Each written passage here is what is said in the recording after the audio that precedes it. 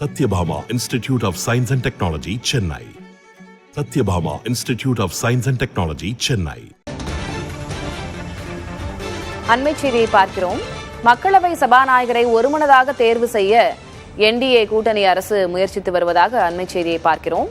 மக்களவையின் புதிய சபாநாயகரை ஒருமனதாக தேர்வு செய்ய தேசிய ஜனநாயக கூட்டணி அரசு முயற்சி செய்து வருகிறது. இது தொடர்பாக மத்திய அமைச்சர் ராஜ்நாத் சிங் எதிர்க்கட்சி கூட்டணியினரோடு பேசி வருகிறார்.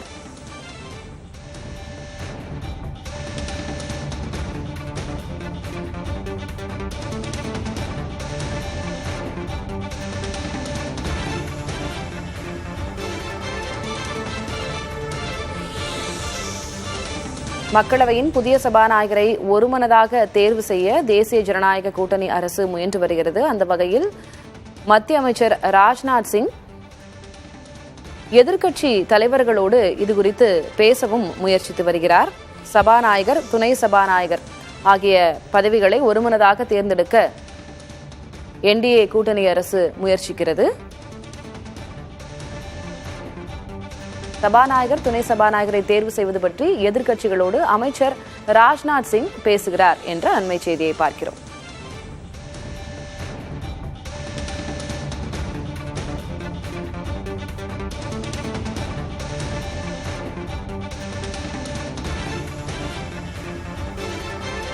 இந்த 18வது நாடாளுமன்றத்தை பொறுத்தவரை சபாநாயகர் பொறுப்பு என்பது நிச்சயமாக முக்கிய பங்கு வகிக்கிறது. 10 வருடங்களுக்கு பிறகு பாரதிய ஜனதா தேசிய ஜனநாயக கூட்டணி அரசாக ஆண்டு கொண்டிருக்கும் நிலையில் சபாநாயகர் பதவி முக்கியத்துவம் பெறுகிறது. மக்களவையின் புதிய சபாநாயகரை ஒருமனதாக தேர்வு செய்ய தேசிய ஜனநாயக கூட்டணி அரசு முயற்சித்து வருகிறது.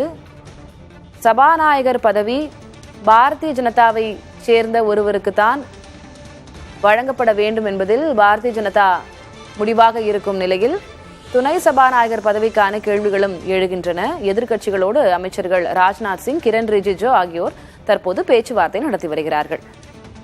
கூடுதல் விவரங்களை வழங்குவதற்காக டெல்லியிலிருந்து மூத்த செய்தியாளர் கணபதி இணைகிறார். கணபதி, மிகவும் எதிர்பார்க்கப்பட்ட ஒரு விஷயம், சபாநாயகர் பதவியை எக்காலம் விட்டு கொடுக்காது பாரதிய ஜனதா அப்படின்றது நமக்கு தெரியும். துணை சபாநாயகர் பதவிக்கான கேள்விகள் இருந்தன. எதிர்க்கட்சிகள் அதற்கு பிரஷர் பண்ணலாம் அப்படின்ற ஒரு வியூகத்தில் இருந்தார்கள். இப்போ ராஜ்நாத் சிங்கும் கிரண் ரிஜிஜுவும் எதிர்க்கட்சி அமைச்சர்களோடு, எதிர்க்கட்சி தலைவர்களோடு பேசி வருகிறார்கள். என்ன நிலவரம்? இன்றுடன் மக்களவை புதிய உறுப்பினர்கள் பதவி பிரமாணம் முடிவடையும் நிலையிலே நாளை மக்களவை சபாநாயகரை தேர்ந்தெடுக்கும் பணி நடைபெற உள்ளது. இந்த சூழ்நிலையில்தான் பாரதிய ஜனதா கட்சியின் மூத்த தலைவர்கள், திரைமறைவிலே எதிர்க்கட்சி தலைவர்கள் மற்றும் தேசிய ஜனநாயக கூட்டணி கட்சிகளின் தலைவர்களுடன் பேச்சுவார்த்தை நடத்தி வருகிறார்கள். நீங்கள் சொன்னது போலவே இந்த பதவி பாஜகவுடனே இருக்க வேண்டும் என்பது பாஜக தலைமையின் விருப்பம். ஆகவேதான் கூட்டணி கட்சிகளுக்கு இது தொடர்பான தகவல் தெரிவிக்கப்பட்டு ஏற்கனவே அவர்களுடன் ஆரம்பகட்ட பேச்சுவார்த்தை நடந்துள்ளது. அதிலே தெலுங்கு தேசம் மற்றும் ஐக்கிய ஜனதா தளம் உள்ளிட்ட கட்சிகள் சபாநாயகர் பதவி பாஜகவிடமே இருப்பதில் எந்த ஆட்சேபமும் இல்லை என தெரிவித்துள்ளார்கள். அதே சமயத்திலே துணை சபாநாயகர் பதவி யாருக்கு அளிக்கப்பட வேண்டும் என்பதில் பல்வேறு விதமான கருத்துக்கள் இருக்கின்றன. தேசிய ஜனநாயக கூட்டணியைச் சேர்ந்த ஒரு கட்சிக்கு அந்த பதவியை கொடுக்க வேண்டும் என ஒரு சாரார் வலியுறுத்தி வருகிறார்கள்.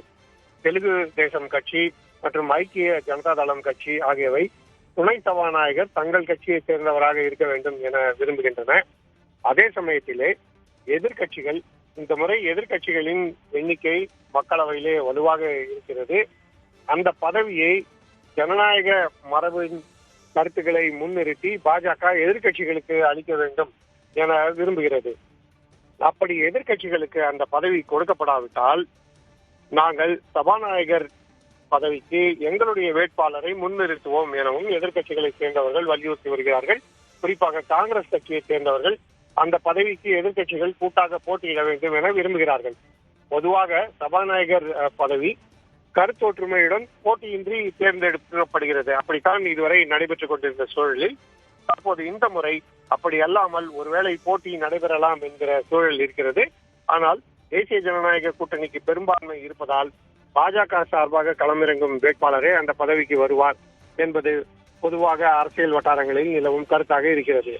அதே சமயத்திலே துணை சபாநாயகராக யாரை நியமிப்பார்கள், அந்த பொறுப்பு வேறு ஒரு கட்சிக்கு கொடுக்கப்படுமா, அது கூட்டணி கட்சியாக இருக்குமா அல்லது எதிர்கட்சியாக இருக்குமா என்பது சுவாரஸ்யமாக உன்னிப்புடன் கவனிக்கப்படுகிறது. அதே சமயத்திலே 2019 முதல் 2024 வரை நடந்தது போலவே துணை சபாநாயகர் பதவி இல்லாமலே பாஜக மக்களவையை நடத்த முயற்சி செய்யுமா என்கிற கேள்வியும் இருக்கிறது. ஆகவே பல்வேறு சுவாரஸ்யமான வினாக்கள் இருக்கும் நிலையில் அது தொடர்பான பேச்சுவார்த்தைகள் இன்றும் தொடர்ந்து வருகின்றன. நிச்சயமாக கணபதி, இப்ப நீங்க கூறியதுல இருந்து நான் உங்களிடம் 2 கேள்விகளை கேட்கணும்னு நினைக்கிறேன். சபாநாயகராக யாரை தேர்ந்தெடுக்கலாம் ஒருமனதாக அப்படின்னு பாஜக திட்டமிட்டு இருக்குது. பாஜகவினுடைய தரப்பிலிருந்து தான் யாராவது சபாநாயகராக அமர வைக்கப்படுவார்கள் அப்படின்றதுதான் கணிப்பு. அந்த லிஸ்ட்ல யாரெல்லாம் இருக்கிறார்கள் அப்படின்றது ஒரு கேள்வி. இன்னொரு கேள்வி, எதிர்கட்சியினர் துணை சபாநாயகர் பதவியை கோருகிறார்கள் அப்படின்னாலும் பெரும்பான்மை என்டிஏ அரசுக்கு இருக்கிறது. அதனை கொடுக்க வேண்டும் அப்படின்னு எந்த அவசியமும் என்டிஏக்கு இல்லையா? அப்படின்னா தேர்தல் அதற்காக நடைபெறுமா? எதற்காக எதிர்கட்சியினர் துணை சபாநாயகர் பதவிக்கு கோருகிறார்கள்? ஏன்னா பெரும்பான்மை இல்லாத பட்சத்தில் அவர்களுக்கு கிடைக்காது அப்படின்னு தெரியும். ஒரு எதிர்ப்பை காட்ட மட்டும் தானா? நிச்சயமாக போட்டி என்று வந்துவிட்டால், வாக்கெடுப்பு என்று நடைபெற்றால் நிச்சயமாக தேசிய ஜனநாயக கூட்டணிக்கு வெற்றி கிடைக்கும் என்கிற சூழல் தற்போது நிலவுகிறது.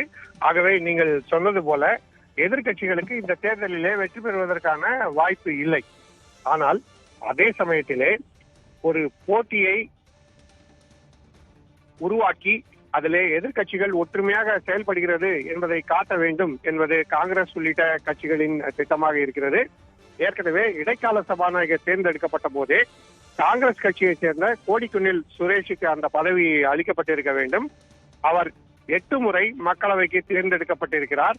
அவரை புறந்தள்ளி பாரதிய ஜனதா கட்சியை சேர்ந்த பர்த்வரி மத்தாபுக்கு ஏன் இந்த பதவி கொடுக்கப்பட்டது என்ற கேள்வி எழுப்பப்பட்டது.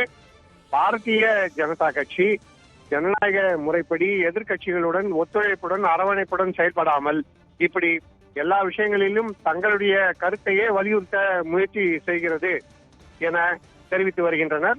இப்படிப்பட்ட சூழ்நிலையில்தான் துணை சபாநாயகர் பதவியை எதிர்கட்சிகளுக்கு கொடுக்க வேண்டுமா வேண்டாமா என்கிற கேள்விக்கு பாஜக மற்றும் தேசிய ஜனநாயக கூட்டணி பதிலளிக்க வேண்டும். தெலுங்கு தேசம் அல்லது ஐக்கிய ஜனதா தளம் கட்சிக்கு அந்த பதவி அளிக்கப்பட்டால் நிச்சயமாக அது எதிர்கட்சிகளுக்கு அதிருப்தியை அளிக்கும். எதிர்கட்சிகளை சேர்ந்தவர்கள் இந்த விஷயத்திலும் வலுவாக பாஜகவுக்கு எதிர்ப்பு தெரிவிக்க வேண்டும் என விரும்புகிறார்கள். ஆகவேதான் சபாநாயகர் பதவிக்கு தேர்தலை உருவாக்கும் சூழல் ஏற்படுமோ என்கிற சந்தேகம் ஏற்பட்டிருக்கிறது. ஆனால் நிச்சயமாக அப்படி தேர்தல் வாக்கெடுப்பு என்று வந்தால் பாஜக வேட்பாளருக்கு அதில் வெற்றி வாய்ப்பு அதிகமாக இருக்கிறது. விவரங்களுக்கு நன்றி கணபதி. என்ன நடக்கிறது அப்படின்னு நம்ம பொறுத்திருந்து பார்க்கலாம். Sathyabama institute of science and technology, Chennai. Sathyabama institute of science and technology, Chennai.